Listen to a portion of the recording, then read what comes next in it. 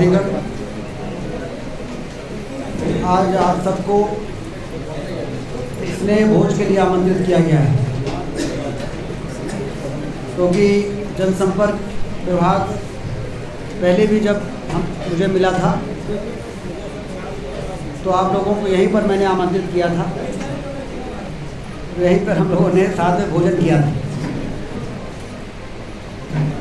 अब भोजन के साथ कुछ चर्चा हो जाए, इसके लिए हम लोग यहाँ पर उपस्थित हैं हॉल में। हमेशा रीवा के पत्रकार बंधुओं को इस बात की हमेशा चिंता रहती थी कि आप मंत्री बने हैं तो अब रीवा को क्या मिलने वाला है।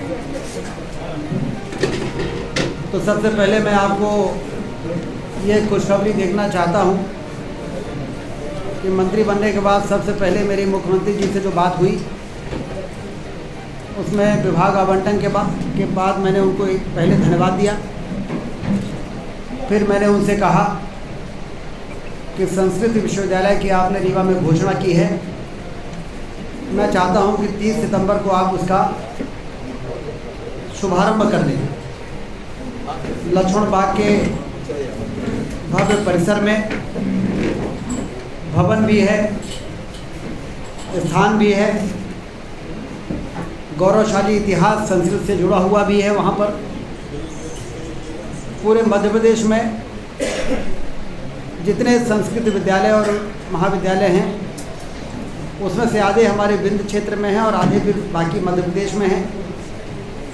विश्वविद्यालय उज्जैन में आपकी घोषणा के बाद खुल गया था, तब भी मैंने अशासकीय संकल्प विधानसभा में प्रस्तुत किया था कि हमारा अधिकार है, ये हमको मिलना चाहिए था। तो मुख्यमंत्री जी ने कहा था कि अभी तो वहाँ पर घोषणा कर दिया, वहाँ पर खुल रहा है, लेकिन रीवा में भी विश्वविद्यालय खुलना चाहिए, इसके लिए ज़रूर हम फैसला करेंगे। तो मुझे बताते हुए बहुत प्रसन्नता है कि कैबिनेट की बैठक के तत्काल बाद प्रमुख सचिव उच्च शिक्षा को बुलाकर मुख्य सचिव के साथ उन्होंने बैठक किया। 5 कोर्सेज को से शुरुआत होगी।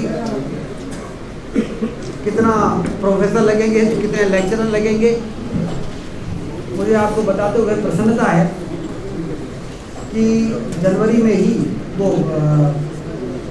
अगले कैबिनेट में प्रस्ताव पहुंच जाएगा और सारा जो 8, 10, 15 करोड़ का जो भी 20 करोड़ जो भी लगेगा वो स्वीकृत हो जाएगा और 30 सितंबर को मुख्यमंत्री जी लक्ष्मण बाग के उस परिसर का शुभारंभ कर देंगे, जहां पर संस्कृत के पुराना गौरवशाली इतिहास फिर से स्थापित हो सके। तो एक तो काम ये इससे शुरुआत हुई है इस कार्यकाल की, जिसमें मुख्यमंत्री थे, मैं था, मुख्य सचिव थे, प्रमुख सचिव थे और उच्च शिक्षा विभाग के सचिव थे। और ये तय हुआ कि तत्काल लक्ष्मण बाग में जो भवन है एसएफ के, जो वहाँ पर एक कंपनी रहती है, उसको खाली कराया जाए। वहाँ पर पीडब्ल्यूडी से एस्टिमेट बनाया जाए कि उसमें कितना रिपेयरिंग होगा, कितना फर्नीचर लगेगा, कितना। 5 कोर्सेज को से शुरुआत होगी। कितना प्रोफेसर लगेंगे, कितने लेक्चरर लगेंगे, मुझे आपको बताते हुए प्रसन्नता है कि जनवरी में ही वो अगले कैबिनेट में प्रस्ताव पहुंच जाएगा और सारा जो 8, 10, 15 करोड़ का जो भी 20 करोड़ जो भी लगेगा वो स्वीकृत हो जाएगा और 30 सितंबर को मुख्यमंत्री जी लक्ष्मण बाग के उस परिसर का शुभारंभ कर देंगे, जहां पर संस्कृत के पुराना गौरवशाली इतिहास फिर से स्थापित हो सके। तो एक तो काम ये इससे शुरुआत हुई है, इस कार्यकाल जब से बनी है, विंध्य की तस्वीर और तकदीर को बदलने का काम शुरू हो चुका है। 500 करोड़ की लागत का हवाई अड्डा बन रहा है। पहले शुरू में ये था कि 19 सीटर प्लेन चलेगा, लेकिन हमने बात किया, हमने कहा 19 सीटर प्लेन को लोग प्लेन नहीं मानते हैं, 72 सीटर से कम नहीं होना चाहिए। तो मुझे आपको बताते हुए प्रसन्नता है कि जो काम चल रहा था उसी ठेकेदार के स्कोप में 1400 मीटर का जो रनवे है उसमें उसको 1800 मीटर करने का जोड़ दिया गया है, क्योंकि ATR 72 चलने के लिए 1800 मीटर का रनवे चाहिए।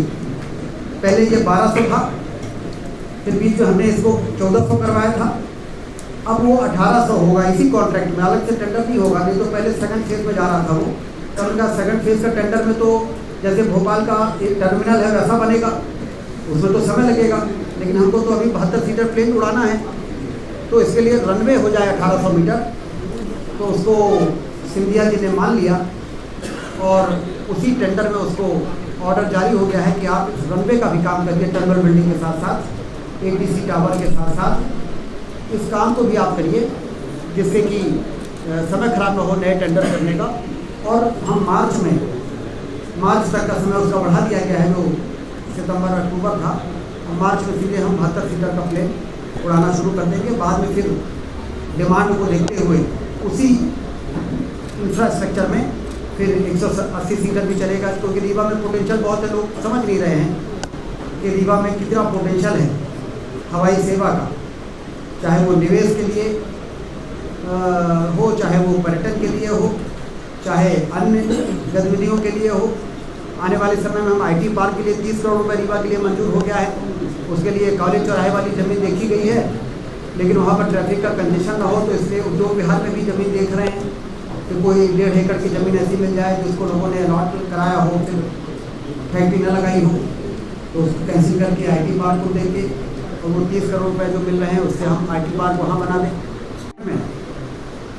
200-250 करोड़ रुपए का मंजूरी हमको मिलने वाली है। ग्लोबल स्किल पार्क में ऐसे बच्चे हज़ारों की संख्या में हर साल निकलेंगे, जो ऐसी ट्रेनिंग लेके निकलेंगे जो आज के आधुनिक मशीनरी को चलाने के लिए, आधुनिक टेक्नोलॉजी को हैंडल करने के लिए जिस प्रकार से ट्रेंड बच्चे चाहिए, वो ट्रेंड बच्चे हमारे ITI को तो हमने मॉडल ITI बना दिया और उसका उद्घाटन करने वाले हैं, लेकिन ग्लोबल स्किल पार्क में और ज़्यादा तकनीक वाले, जैसे पॉलीटेक्निक और इंजीनियरिंग में अंतर है, और इंजीनियरिंग में और IIT में अंतर है, वैसे ही ITI और मॉडल ITI और ग्लोबल स्किल पार्क में अंतर है। तो यदि हम रीवा में IIT खोल दें इंजीनियरिंग का, तो उसका जो असर है वही स्किल डेवलपमेंट में यदि हम ग्लोबल स्किल पार्क खोल दें, तो इंजीनियरिंग के क्षेत्र का IIT के बराबर का वो एक बड़ा काम है जो रीवा को प्राप्त हुआ है। लगभग 200 करोड़ 250 करोड़ में पूरा बन के तैयार होगा। रीवा इंजीनियरिंग कॉलेज के पीछे की ही ज़मीन में उसको बनाया जाएगा, और इंजीनियरिंग कॉलेज के हमारे बच्चों को उसमें बहुत बड़ा सपोर्ट मिलेगा, तो एक तरह से इंजीनियरिंग कॉलेज का अपग्रेडेशन भी हो जाएगा। तो ये सारी ऐसी चीज़ें हैं जो हमको प्राप्त होने वाली है। ये बात मैंने आपको इसलिए बता दी कि चूँकि आज तो ये स्नेह भोज का कार्यक्रम था, लेकिन स्नेह भोज के साथ साथ जो 2-3 दिन के डेवलपमेंट दिल्ली में मंत्रालय में हुए हैं, हमारा सुपर स्पेशलिटी अस्पताल में 84 पद पैरामेडिकल के और चाहिए। डॉक्टर्स तो हमें इतने मिल गए हैं कि हमारे न्यूरो का भी, हार्ट का भी काम चल रहा है। यूरो किडनी ट्रांसप्लांट भी हम शुरू करने वाले हैं। किडनी ट्रांसप्लांट के लिए जो आवश्यक ट्रेनिंग है, हमारे डॉक्टर्स एक टीम कराई है, दूसरी टीम करके आ जाएगी। सारे इक्विपमेंट आ गए हैं, हमको लाइसेंस मिल जाएगा। तो जैसे रीवा में नी रिप्लेसमेंट और हिप रिप्लेसमेंट जो पहले कोई सोच नहीं सकता था कि रीवा में होगा, अब रीवा में होना शुरू हो गया है। मॉड्यूलर OT बनने के बाद 20 नी और हिप रिप्लेसमेंट के काम हो चुके हैं। उस चरण पर पहुंच रहे हैं। पहले तो हम खराब सड़कों को ठीक कराने में ही पूरी ऊर्जा लग गई, बिजली को 24 घंटा करना उसी में लग गया। ये शहर कस्बा नहीं है, महानगर है, यही लोगों को समझाने के लिए बहुत काम करना पड़ा है। लेकिन अब लोग ये समझ गए हैं कि अब रीवा तेज़ी से आगे बढ़ रहा है। हवाई अड्डा भी आ रहा है और शानदार फुटपाथ 4 लेन की सड़कें, सिंचाई की नहरें, प्रति व्यक्ति आय भी बढ़ रही है। अभी 3 लाख एकड़ में पानी पहुंचा है और 6 लाख एकड़ में पानी पहुंचाने के लिए बहुती का जो बैलेंस काम है उसका काम बहुत तेज़ी से शुरू होने वाला है। हमने प्रमुख सचिव सिंचाई से भी बात की अभी, और फिर 9 लाख एकड़ में पानी पहुँचाने के लिए 2000 करोड़ रुपए और मंजूर होने वाले हैं, शायद अगले कैबिनेट में आ जाए, मऊगंज क्षेत्र के को सिंचाई देने के लिए। तो जब वो पूरे इलाके में हो जाएगा तो 9 लाख एकड़ में पानी पहुँचेगा।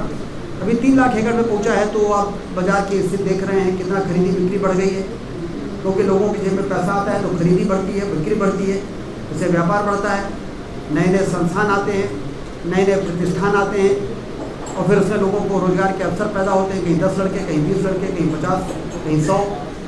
तो वो समझ में नहीं आता है, लेकिन रोज़गार बहुत मिलता है लोगों को। मैं तो कई शोरूम्स में जाता हूँ उद्घाटन करने, तो पहले सवाल मैं करता हूँ कितने लोग काम करेंगे यहाँ पर, बताते हैं 20 लोग काम कर रहे हैं, ये देखिए सब खड़े हैं, इनसे परिचय प्राप्त कर लीजिए। फिर जब उनसे परिचय लेते हैं तो मालूम पड़ता है कि ये तो कोई पडरा का है, कोई सकरा के हैं, कोई खैरा के हैं। तो सब हमारे यहाँ के बच्चों को काम, नए होटल खुल रहे हैं, नए अस्पताल खुल रहे हैं, उसमें कितने लोग काम कर रहे हैं, और उसमें काम करने वाले लोग वही लोग हैं जो हमारे यहाँ के बच्चे छोटी छोटी नौकरी के लिए बाहर जाते थे।